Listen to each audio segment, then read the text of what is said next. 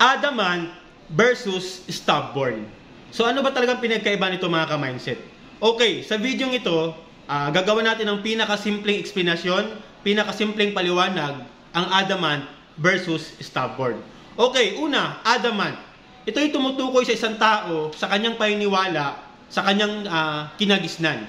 Okay? Kaya siya nagiging adamant kasi kung anong pinaniwala niya or paniniwala niya habang siya pinanganak, hanggang siya nabubuhay, yun at yun ay nagiging kinagisnan niya o kanyang tradisyon.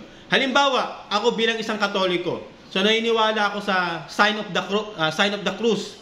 So, adamant ako sa paniniwalang yun kasi nga, ever since, yun yung kinalakihan ko, yun yung kinagisnan ko bilang isang Katoliko na nagsa-sign of the cross. So, isa lang yung halimbawa.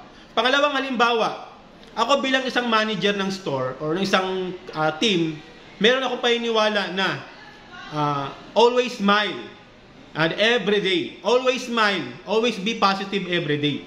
So, dahil naniniwala ako, so adamant ako sa paniniwalang yun, na pag lagi kang nakangiti, lagi kang positibo, so mag-a-attract ka ng good vibes sa paligid mo or sa surroundings. So, adamant ako sa paniniwalang yun. Okay? So, ano naman yung stubborn?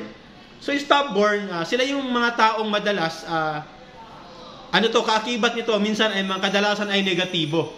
Example, may nakalagay na karatulang bawal magtapo ng basura dito. So, as a stubborn person or people, so kahit may nakalagay na karatula doon, still doon pa rin sila at doon nagtatapo ng basura. Kasi nga, stubborn sila. Medyo matigas yung ulo nila. Pangalawa, example, driving only 60 kph only. So, halimbawa, merong driving speed na dapat 60 kph lang or kph. Ikaw nagse-70, nag-80. So, stubborn ka. So, syempre, ang negatibong impact doon, mahuhuli ka ng mga otoridad or pwede kang madisgrasya. So, yun yung pinagkaiba ng adamant versus stubborn. So, alam nyo na kung saan kayo doon. Okay? Mindset lang.